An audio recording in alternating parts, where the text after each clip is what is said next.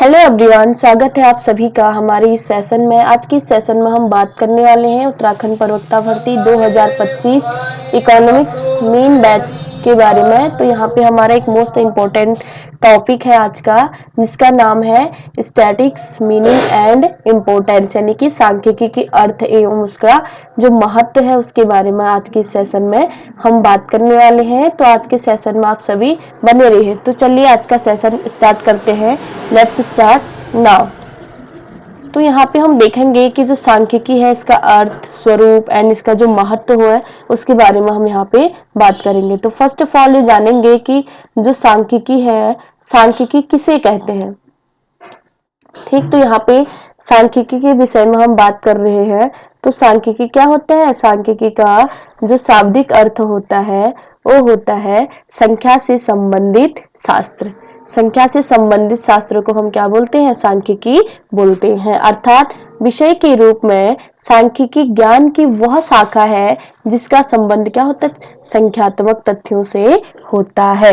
अब हम आगे जानेंगे कि जो सांख्यिकी है वो किस भाषा से बना है और कौन से शब्द किस भाषा से लिए गए हैं, तो आगे पे हम डिस्कस करेंगे।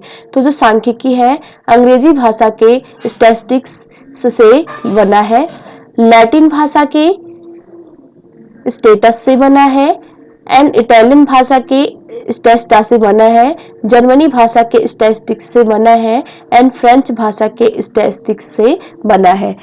तो जो सांख्यिकी है यानी कि स्टैटिक शब्द है वो लैटिन भाषा के स्टेटस से, इटालियन भाषा के स्टा से, जर्मनी भाषा के स्टैटिस्टिक्स से एंड फ्रेंच भाषा के स्टैटिस्टिक्स से बना है। और इन सभी शब्दों का जो अर्थ होता है वो एक ही होता है, वो होता है राजनीतिक राज्यों यानी कि पॉलिटिकल स्टेट से होता है। अब हम थोड़ा सा सांख्यिकी की हिस्ट्री जान लेंगे कि कैसे सांख्यिकी विषय की उत्पत्ति हुई, तो इसके विषय में हम यहाँ पे जानेंगे।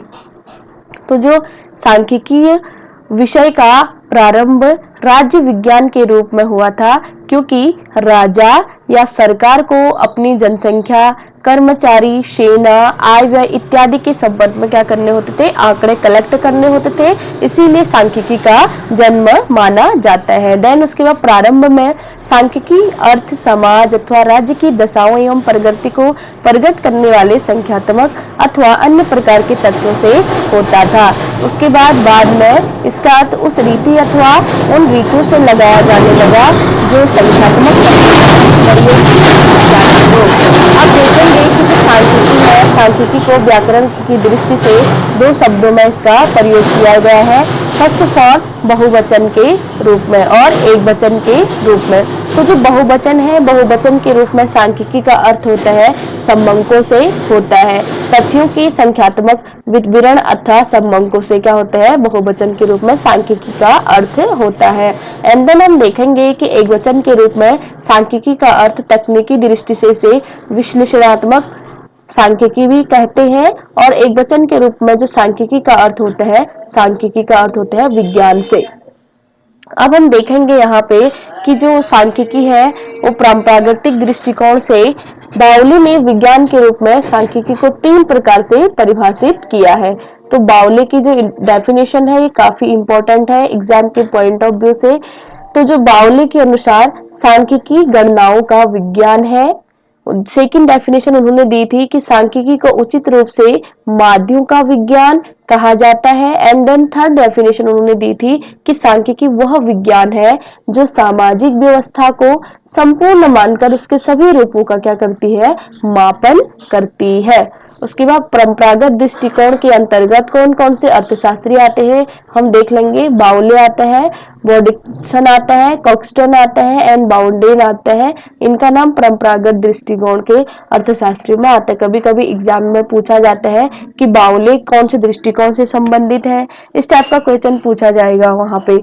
And Seligman, W.I. किंग, लॉविट, यानचुंग चाओ, ये परंपरागत दृष्टिकोण से संबंधित है। उसके बाद हम देखेंगे कि जो आधुनिक दृष्टिकोण है, आधुनिक दृष्टिकोण में पॉलिस और रॉबर्ट्स, हेडले या लुन चाओ, लॉरेंस लॉपिन आदि आधुनिक दृष्टिकोण के अर्थशास्त्र में इनका नाम आता है। उसके बाद एक महत्वपूर्ण नोट्स है हम सांख्यिकी से सांख्यिकी की सहायता से सांख्यिकी की गणना करते हैं। सांख्यिकी की गणना कैसे होती है? सांख्यिकी से सांख्यिकी की सहायता से सांख्यिकी की गणना की जाती है। प्रथम प्रत्युक्त सांख्यिकी का अर्थ होता है संबंधों या आंकड़ों से होता है। द्वितीय प्रत्युक्त जो यहाँ पे सांख्यिकी है इसका अर्थ है सांख्यिकी रीतियों से है। एंड देन यहाँ पे जो थर्ड सांख्यिकी का यहाँ पे यूज किया गया है इसका अर्थ है सांख्यिकी परिणामों या निर्वचनों या निष्कर्षों से माना जाता है। अब हम यहाँ पे देखेंगे कि जो सांख्यिकी है, सांख्यिकी की प्रकृति कैसे है, सांख्यिकी आर्ट है या फिर साइंस है, इसके बारे में हम जानेंगे कि जो सांख्यिकी है, सांख्यिकी की प्रकृति कला और विज्ञान दोनों मानी जाती है। टिप्पेट के अनुसार सांख्यिकी क्या है? कला व विज्ञान है। ये वाली डेफिनेशन भी काफी इंपॉर्टेंट है एग्जाम के पॉइंट ऑफ व्यू से। टिप्पेट के अनुसार सांख्यिकी क्या है? कला व विज्ञान दोनों माना जाता है। अब हम देखेंगे कि सांख्यिकी की विशेषताएं कौन कौन से हैं। हैरिस सैक्रिस्ट के अनुसार सांख्यिकी की निम्नलिखित विशेषताएं हैं। फर्स्ट ऑफ ऑल, सम्बंक तथ्यों के समूह से है। सांख्यिकी का अर्थ किससे है? सम्बंक तथ्यों के समूह से है। सेकंड, इसकी जो विशेषता है, सम्बंक संख्याओं में व्यक्त किए जाते हैं। एंड देन थर्ड, इसकी जो विशेषता है, संबंक पर्याप्त मात्रा में अनेक कारणों से प्रभावित होते हैं। एंड फोर, इसका जो विशेषता है वो है संबंकों की गणना अथवा अनुमान शुद्धता के उचित स्तर पर होता है। एंड फिफ्थ है, इसका संबंकों का संकलन पूर्व निश्चित उद्देश्य के लिए होता है। एंड थर्ड, नेक्स्ट है, इसका आंकड़े व्यवस्थित रूप से संकलित होने चाहिए। एंड नेक्स्ट है, संबंकों को परस्पर संबंधित रूप में प्रस्तुत किया जाता है। अब देखेंगे कि सांख्यिकी की विशेषता, सांख्यिकी विज्ञान की विशेषता देखेंगे। अभी तक हमने सांख्यिकी की विशेषता देखी, अब जो सांख्यिकी विज्ञान के रूप में इसकी विशेषताएं देखते हैं। सांख्यिकी क्या करता है? विधियों अथवा तकनीकों का समूह है। आंकड़ों का संकलन, प्रस्तुतिकरण तथा विश्लेषण तथा निर्वचन मुख्य है, इसीलिए इसको क्या माना जाता है? विज्ञान माना जाता है। सांख्यिकी विज्ञान का प्रयोग सर्वव्यापी यानी कि सभी जगह पर किया जाता है। सांख्यिकी का संबंध संख्यात्मक तथ्यों के समूह से होता है, इसीलिए भी इसको साइंस माना जाता है। एंड सांख्यिकी क्या है? कला एवं विज्ञान दोनों माना जाता है। अब हम यहाँ पे बात करेंगे कि अर्थशास्त्र में जो सांख्यिकी है इसका क्या इंपॉर्टेंस है, उसके बारे में हम यहाँ पे बात करने वाले हैं। या लून चाओ के अनुसार अर्थशास्त्री आर्थिक समूहों जैसे सकल राष्ट्रीय उत्पाद, उपभोग, बचत, विनियोग, व्यय और मुद्रा के मूल्य में होने वाले परिवर्तनों के मापन के लिए संबंकों पर क्या करते हैं? निर्भर करते हैं। वे आर्थिक सिद्धांतों की पुष्टि करने तथा परिकल्पनाओं की जांच करने में भी सांख्यिकी रीतियों का क्या करते हैं? उपयोग करते हैं, इसीलिए सांख्यिकी क्या है? अर्थशास्त्र के लिए इम्पोर्टेंस हो जाती है। सांख्यिकी में उत्पादन की मात्रा, उत्पादन का मूल्य, उसकी लागत इत्यादि होते हैं, इसीलिए सांख्यिकी क्या है? अर्थशास्त्र के लिए इम्पोर्टेंस है। उसके बाद देखेंगे कि जो राष्ट्रीय आय है, उत्पादकता का अध्ययन करने तथा मांग व पूर्ति के मध्य, डिमांड एंड सप्लाई के मध्य संतुलन स्थापित करने में सुविधा मिलती है। देन उसके बाद इसकी इंपॉर्टेंस है बेरोजगारी, निर्धनता, मूल्य वृद्धि, जनसंख्या की समस्या इत्यादि को समझते हैं। फिर सांख्यिकी आंकड़ों के संकलन, संघटन, प्रस्तुतिकरण, विश्लेषण तथा अर्थ निर्णय में जो विद्या प्रयोग की जाती है उनका अध्ययन ही क्या कहलाता है? सांख्यिकी कहलाता है। सांख्यिकी स्टैटिस्टिक इतावली स्टैटी से हुआ है, जिसका अर्थ होता है राजनीतिक राज्य से। वर्तमान में सांख्यिकी का क्षेत्र क्या हो गया है? व्यापक हो गया है। इसका प्रयोग अर्थशास्त्र के अलावा उद्योग, सामाजिक संरचना, प्रशासन, शोध आदि में भी किया जाता है।